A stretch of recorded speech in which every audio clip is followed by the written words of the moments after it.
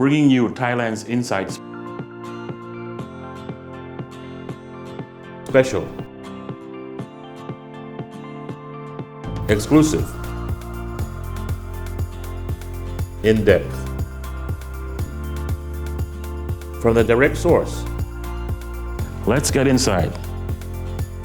Gain the insight with the insider.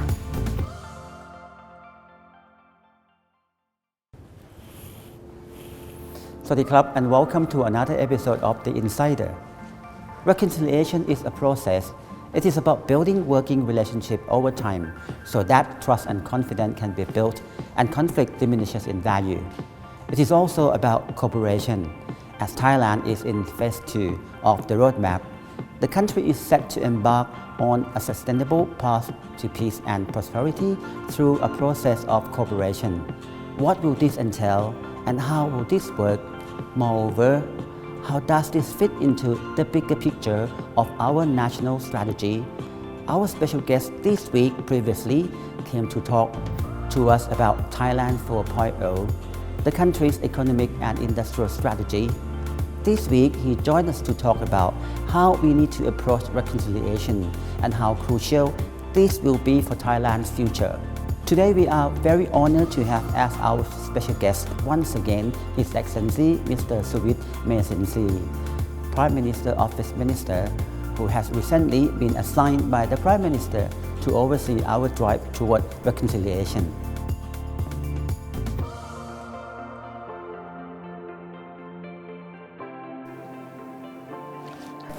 สวัสดีครับ Dr. Suvit ครับ Today we have a very good opportunity to meet Your Excellency once again, a committee on national reform, strategy and reconciliation. Why is this happening now, and why do we need this body at this time? Why we need national strategy? Because we are talking about how to pursue to the security, the prosperity, and the sustainability. We have to make it come true within the next 20 years. This is very important for us, but we cannot do it without reform. So this is the first element is about our goals. The second element is about the means to achieve the goal. One of the most important thing is that we are not our country are still not in the normal condition. We still need a kind of reconciliation. This is why reconciliation is a very important. It's a necessary condition to make this dream come true. General Prayut Chan-o-cha put all things together. We also setting up a small team led by the NASDB, trying to prepare, the first cut, for the national strategy for the next 20 years. This, I think we already done all this, but the problem is that, why this is the last year for this government. So I think what the Prime Minister would like to do is putting all together in order to, I think the merit of putting all together is about integration. Because when we talk about, for example, when we talk about the reconciliation, we cannot do it without some kind of reform initiative. For example, when we talk about the conflict among people, it's not just the political issue, but it involves any kind of fundamental problem like the fairness, like the inequality, and most of them are the structural problem that need reform. Some reform initiatives to bombard in order to reduce the level of inequality among people, in order to make them access to the resources or what. So this is a kind of interaction among these three elements. And a part of, as I just told Kun Virachon, that a part of the national strategy need reform. Otherwise, it's just a plan, right? So I think, as we know that almost all the country now passing to the sea of change into the 21st century, they need transformation. The same for Thailand. So this is why I think reform is just one part of it. And after we reform, turn our economy or turn our society into the normal condition, then we'll have to further thinking about transform our country in order to be one of the first world country in the near future. So this kind of thing is a kind of interaction among these three strategic elements. And this is the reason why our Prime Minister said that, okay, why don't we put all things together, knitting it in order to gain some synergistic effect among these three elements. You have mentioned the previous body or organization as the National Reform Council or the other steering committee. What is the difference between this committee and the others? Actually, the first committee is like a reform initiative. They formulate the reform initiative and come up with 37 reform initiatives that I just mentioned. The second one, the steering one, is translate this or decode this initiative into action. But the problem is that most of them are on the supply side. The one who take a leading role in the reform actually is the government. Is at the government level as well as at the ministerial level. So this is why this time we put this supply side. Most of them are from National Reform Steering Committee, and the demand side, which most of them are assigned by the Prime Minister, delegate to the Deputy Prime Minister level. So every Deputy Prime Minister, now we have 6, right? Everyone is accountable for some kind of administrative reform. So we put them together under the committee so-called the National Reform Preparation Committee. So this is what a part of the, as we just said, that the Committee on National Strategy, Reform and Reconciliation, right? We break that bit down into 3 or 4 subcommittees, and this is one of the integral part of that. Presidency, as you play a vital role on these efforts, what would be your expectation or what is the tangible outcome that we will see? The tangible outcome is we like to put all things together now, right? And maybe setting up the foundation for the country before we hand over to the next government. What does it mean? It means that the country have to have a clear direction for the next 20 years in order to thrive in the 21st century. This is very important. So I think what we're trying to do is just setting up the guideline for the country, that what should be the right direction for us to what is the aim for the country to do that. But the second one is about, we have a lot of things to do to fix our country. We also have a lot of things to prepare or to invest for the future, investing for the future of this country. But, for example, when we talk about reform initiative, now it's end up with more than 138 reform initiatives. So we need to prioritize, and the Prime Minister always asks that what we should do within this year, the year that still controlled by this government. So we should prioritize the most important and urgent reform initiative and trying to achieve it within this year. And at the same time, for some reform initiative, we should start doing it now, even though it will come up with the, turning to with the result or what within the next 2 or 3 years. So this is the second thing. But the most important thing is about, how can we ensure that, we are living our society, right? Is more peaceful. Is about, so this is a concern of this government. So this is why we still like to ensure that, to make our society more peaceful, we still need some kind of reconciliation. Which is more important is that, if we trying to do this thing, before May 22nd, 2 or 3 years ago, 2014, right?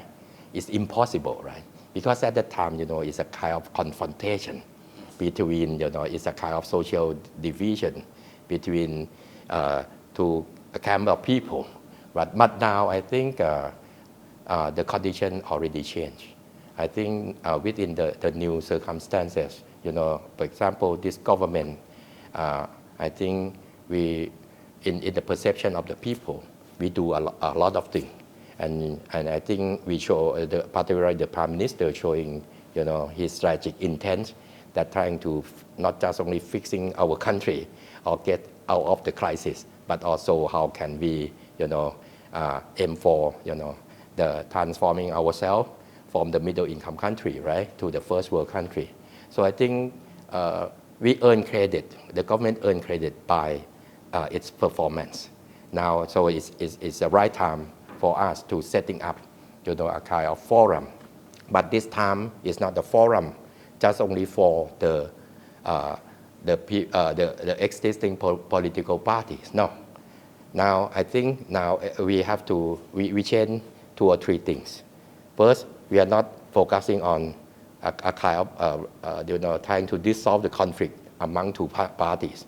Now, we're trying to unlock any kind of obstacles that, to make our, to get out of the inequality trap, to get out of the, to make our society more fairness, to achieve the fairness. So this kind of thing, I think, is very important. So the focus is not on the reconciliation among parties, political parties, but among people. So we look beyond that. We look beyond that, right? And we also we are not look backward.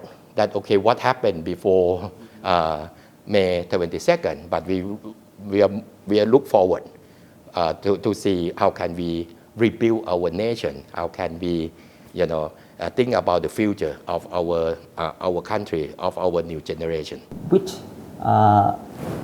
area of the reform that consider very important for reconciliation? One is about, any kind of reform that regarding, regarding the reduction of the inequality. The second one, right, the anti-corruption. Yes. But the third one is about administrative reform. So administrative function itself can be either the enabler or either the constraint, right? So, and we have a lot of problem within our administrative reform. So I think most of the initiative that offered by the National Reform Steering Committee or by the National Reform Council, most of them, more than 25% of the initiative is focusing on a kind of these 2 things, administrative and regulatory reform. The situation that Thailand is now facing may be same, may be different from the other country. Have we learned from the other, or have we taken the other countries' experience as our lesson learned? I think every country have their own problem. So we don't need to see any best practice or any lesson learned from others. I think we have our own a set of problems, as well as we also have our own set of path to development or path to path or any kind of set of opportunity for us. Since you are here with us today, would you mind sharing with us or update us on Thailand 4.0? Yes, Thailand 4.0 actually is a multidimensional model. Someone always perceive that Thailand 4.0 is about economics. It's focused more on economics dimension. It's about trying to transform our country to be more innovative, driven economy. But this is just only a part of it. This is just a part of one of the dimensions of Thailand 4.0. Thailand 4.0 in the social context. No one talk about that. But very important. If you heard from our Prime Minister, he always talk about, left no one behind. Actually, this is one of the key principles of Thailand 4.0. And our Prime Minister always mentioned about, Thai people 1.0, 2.0, 3.0, and 4.0. When we talk about Thai people 1.0 is a suffered people. The 2.0 is from suffer to be more survived people. And the 3.0 is from survive to be more sufficient. and 4.0 is sustain, from suffer to survive, and from survive to sufficient, and from sufficient to sustain. So this is the way that the Prime Minister think about Thailand 4.0 in terms of the social dimension. And this one is under the, I think, the principle of left no one behind. And this is very important thing. Because of what? Because when we think about this kind of thing, it's automatically mean that we take the inclusiveness into account in the model of Thailand 4.0, right? And the second thing, our Prime Minister always talking about people. He always said that people is the key. It's impossible for Thailand 4.0 to achieve Thailand 4.0 without think about how can we improve the quality of our people. This is why we have a major shift. For example, in the context of global economy like this time, we have to make our people more competitive. But we also have to make our people, make our people a mindful people, not just, focusing on itself, but him or herself, or just focus. It's how can they, go beyond the self-centric, think about themselves. And at the same time, we also have to turn our people from Thai to be more global Thai, so that they can, live and thrive in the global economy. At the same time, we're also trying to turn our people from analog Thai into the digital Thai. So I think Thailand 4.0 is not just only focusing on in terms of the quality of people, but also we like to change the context of our people, so that he or she can live in the world, right? With happiness, with hope, happiness, and harmony. People participation or comprehensive approach. Would you be able to share with us? Oh, that is very important things. I think what this government trying to do during this 2 or 3 years, we're starting with what we call the economic democratization. So we are trying to uplift, right, or trying to get out of the poverty of the people. We're trying to let them access to the supply, to the resources, or what. So this, I think this is a starting point. This government trying to embed the democratization process into the country via economic. And from economic, now we turn it from economic democratization. Now it's a time for us to think about political democratization. For example, when we talk about reform, we're talking about national strategy. Our Prime Minister always said that have to do 3 things first. When we talk about any kind of reform initiative, first ask about what people get from this. What is the benefit to our people? So this is the key questions before we trying to continue any kind of reform initiative. The second one is, do they understand what we are doing? This is the reason why it's very important thing that to now we're trying to do the public awareness about this committee, right? The national reform, national strategy, and reconciliation. But we just awareness is not enough. We need to let our people understand what does it mean, but what does it mean for them about this reform, about this strategy, or about this reconciliation.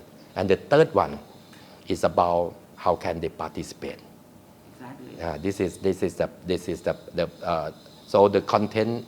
So the important thing is not just only the content of the reform initiative of the content of the national strategy, but it's about the process. How can we get people involved? I think this is the most important thing that we're trying to, is also a kind of democratization, because we're trying to make our people from passive citizen into the active citizen, and from active citizen into the engaged citizen. So this is, I think this is the integral part of this committee. So the committee itself is not just put all things together in terms of the content that we're trying to deliver to the next government, but it's a kind of democratization process by gradually transform our people from passive into the engaged citizens. Anything else that you would like to say or you would like to create the awareness within the society? I think the first thing that we like to send the message to our people is the strong strategic intent of our Prime Minister that trying to do something for the country, right? And the issue is that how can we continue it, right? But to continue it, someone always asks me about what will happen if the new government reject or don't pursue or don't continue what this government do. I think don't worry about that.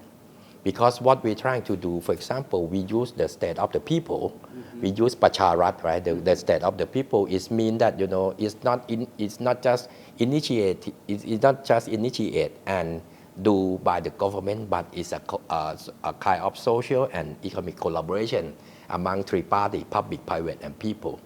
So this will make if it's the right thing to do, it will prolong in the near future.